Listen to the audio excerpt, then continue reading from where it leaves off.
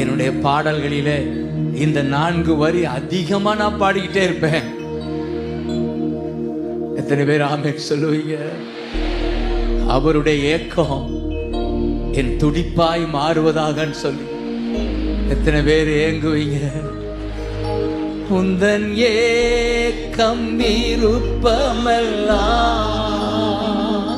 என் இதய துடிப்பாக மாற்றும். உந்தன் ஏக்கம் விருப்பமெல்லாம் என்